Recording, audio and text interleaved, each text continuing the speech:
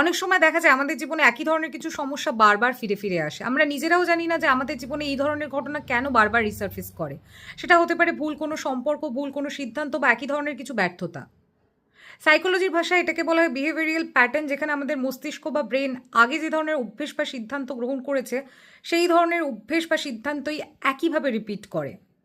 আমাদের subconscious mind চেনা কিছু ঘটনাকেই পরিচিত এবং নিরাপদ বলে মনে করে, তার কারণেই আমাদের ব্রেনে সেম প্যাটার্ন তৈরি হয়। এবার প্রশ্ন হচ্ছে এই ধরনের প্যাটার্ন থেকে আমরা কিভাবে মুক্তি পেতে পারি বা এই ধরনের প্যাটার্ন কিভাবে ব্রেক করতে পারি।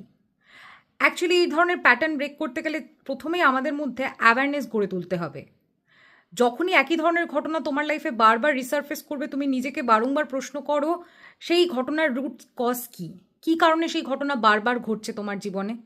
দ্বিতীয়ত, পজ অ্যান্ড রিফ্লেকশন। তুমি দেখো যে কী কারণে সেই ঘটনা আগের বারেও তোমার লাইফে ঘটেছে এবং পুনরায় আবার ঘটছে। তার মানে আগের কিছু লার্নিং তুমি নাওনি, তার কারণে সেটা আবার ঘটছে। আগে যে ভুল করেছিলে সেই লার্নিংটা যদি তুমি নিয়ে নিতে, সেটা আর ঘটতো না তোমার জীবনে। তাই ইম্পর্টেন্ট কোনো ডিসিশন নেওয়ার হলে বারংবার প্রশ্ন করো, আমি কি আবারও সেই ভুল পথে এগোচ্ছি। তৃতীয়ত, নিউ রেসপন্স। পুরনো পরিস্থিতি যখন বারবার রিসার্ফেস করবে, সেটা থেকে মুক্তির একমাত্র উপায় হলো যখন তুমি তোমার রিয়াকশন চেঞ্জ করবে। পুরনো পরিস্থিতিতে যদি তোমার রেসপন্স নতুন হয়, তাহলে দেখবে অটোমেটিক্যালি তোমার ব্রেন পুরনো প্যাটার্ন ব্রেক করে নতুন প্যাটার্ন অ্যাডপ্ট করছে।